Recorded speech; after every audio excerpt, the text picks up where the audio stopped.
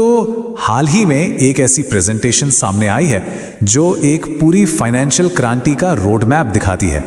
आज हम उसी के तर्कों को एक एक करके आसान भाषा में समझने की कोशिश करेंगे। तो चलिए शुरुआत करते हैं सबसे बड़े सवाल से। आखिर क्यों दुनिया की सबसे बड़ी सरकारें और कंपनियां इस टेक्नोलॉजी के पीछे भाग रही हैं? हमारी आज की सारी बातचीत इसी सवाल के इर्द गिर्द घूमेगी। हम यहां किसी चीज को सही या गलत साबित नहीं कर रहे हैं, बस उस एक खास प्रेजेंटेशन में जो दावे किए गए हैं उन्हें एक एक करके सामने रख रहे हैं, ये समझने के लिए कि वो आने वाले कल को किस नजर से देखते हैं। अच्छा, तो इस पूरे तर्क को ठीक से समझने के लिए ना थोड़ा पीछे जाना पड़ेगा, इंटरनेट के सफर पे, क्योंकि असल कहानी शुरू ही वहीं से होती है। सोचिए, शुरुआत हुई वेब 1.0 से। ये वो इंटरनेट था जहां हम सिर्फ चीजें पढ़ सकते थे, मतलब रीड ओनली। फिर आया वेब 2.0, यानी आज का इंटरनेट, जहां हम कंटेंट बनाते हैं, शेयर करते हैं, एक रीड राइट वेब। और अब जो दौर आ रहा है वो है वेब 3 का, जिसे कहते हैं रीड राइट ओन। मतलब अब आप सिर्फ कंटेंट बनाएंगे नहीं, उसके मालिक भी होंगे। अब फर्क देखिए कितना बड़ा है। अभी हम वेब 2.0 में हैं, जहां हम ही प्रोडक्ट हैं, बड़ी बड़ी कंपनियां हमारे डेटा को कंट्रोल करती हैं। लेकिन वेब 3 का पूरा कॉन्सेप्ट ही इसके उल्टा है। यह एक ऐसी दुनिया की बात करता है जो डिसेंट्रलाइज्ड हो, जहां कंट्रोल वापस यूजर के हाथ में हो। तो सवाल उठता है कि आखिर ये होगा कैसे? ये डिसेंट्रलाइज सिस्टम चलेगा किस चीज पर? जवाब है ब्लॉकचेन टेक्नोलॉजी। समझ लीजिए, ये वेब 3 की इंजन है। आगे जो भी बात होगी वो इसी पर टिकी है। इसको समझने का सबसे आसान तरीका एक डिजिटल बही खाता समझिए। पर यह कोई आम बही खाता नहीं है, यह एक ऐसा बही खाता है जो हजारों कंप्यूटर्स पर फैला हुआ है। कोई एक इंसान या कंपनी इसकी मालिक नहीं है। और इसकी सबसे बड़ी खासियत, एक बार इसमें कोई एंट्री हो गई, बस हो गई।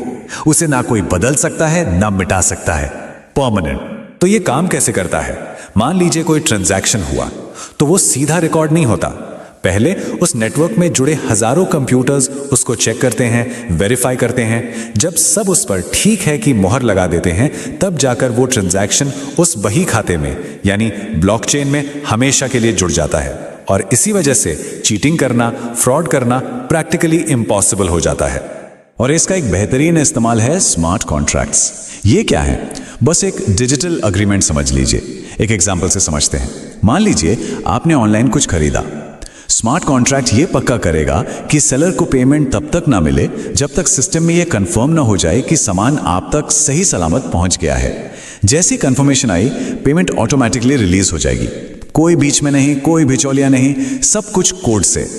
तो इस जबरदस्त टेक्नोलॉजी पर बना है वो डिजिटल एसेट जिसका नाम सबने सुना है, बिटकॉइन। और इस प्रेजेंटेशन का जो सबसे बड़ा तर्क है वो बिटकॉइन को लेकर ही है। यहां इसकी तुलना सीधे सीधे सोने से, यानी गोल्ड से की जा रही है, एक नए डिजिटल गोल्ड के तौर पर।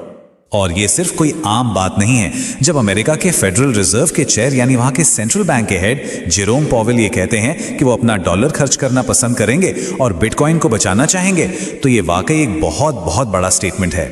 प्रेजेंटेशन में इसी बात पर फोकस किया गया है कि अब टॉप के फाइनेंशियल लोग भी इसे सीरियसली ले रहे हैं। इसके अलावा पॉलिटिकल लेवल पर भी इसकी अहमियत बढ़ती जा रही है। अमेरिका के पूर्व राष्ट्रपति डोनाल्ड ट्रंप का यह कहना कि हम अमेरिका को बिटकॉइन माइनिंग का पावर हाउस बनाएंगे, यह दिखाता है कि अब इसे एक नेशनल एसेट के तौर पर भी देखा जा रहा है।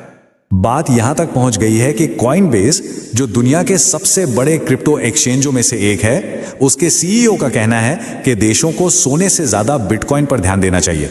सोचिए, उनका तो ये तक कहना है कि जिन देशों के पास गोल्ड रिजर्व है उन्हें उसका कम से कम 11% बिटकॉइन में लगाना चाहिए।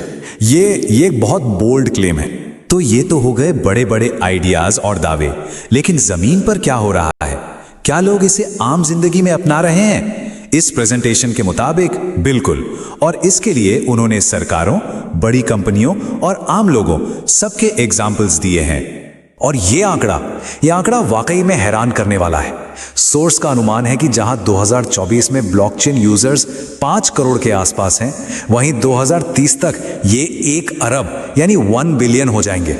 मतलब ग्रोथ की रफ्तार आप इमेजिन कर सकते हैं।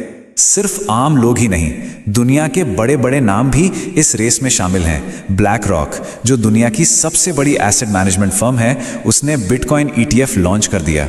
माइक्रो स्ट्रैटेजी ने तो इसको अपनी प्राइमरी रिजर्व एसेट ही बना लिया और रोजमर्रा की जिंदगी में मास्टर कार्ड और वीजा जैसी कंपनियां भी पीछे नहीं हैं, वो भी अपने क्रिप्टो पेमेंट सॉल्यूशंस ला रही हैं। तो इसका नतीजा क्या निकलता है?